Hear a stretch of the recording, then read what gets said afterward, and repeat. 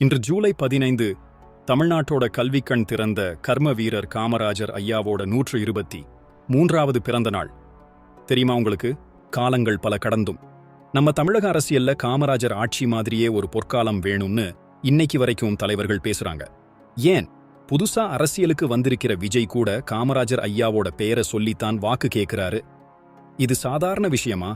ஏன்னா காமராஜர் வெறும் தலைவரோ முதலமைச்சரோ இல்ல, அவர் ஒரு பாடம், தமிழக வளர்ச்சிக்கான ஒரு மகாபாகியம். விருதுநகர்ல பிறந்த நம்ம காமராஜர் சின்ன வயசுலயே வந்தே மாதரம் கோஷத்தால ஈர்க்கப்பட்டு சுதந்திர போராட்டத்துல குதிச்சவர். முதல்வரானதும் முதல்ல முக்கியத்துவம் கொடுத்தது கல்விக்குத்தான்.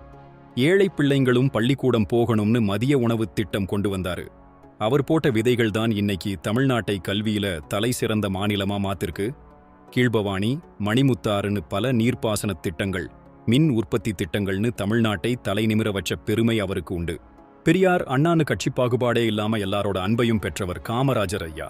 அவர் உடல் மறைந்தாலும் அவருடைய நெறிமுறைகளும் உணர்வுகளும் நம்ம தமிழ்நாட்டை இன்னும் உயர்த்திக்கிட்டே தான் இருக்கு. அவர் வழியில நாமளும் பயணம் செய்வோம்னு சபதம் எடுத்துக்கிறது தான் இன்னைக்கு நாம செய்ய வேண்டியது. என்ன சொல்றீங்க?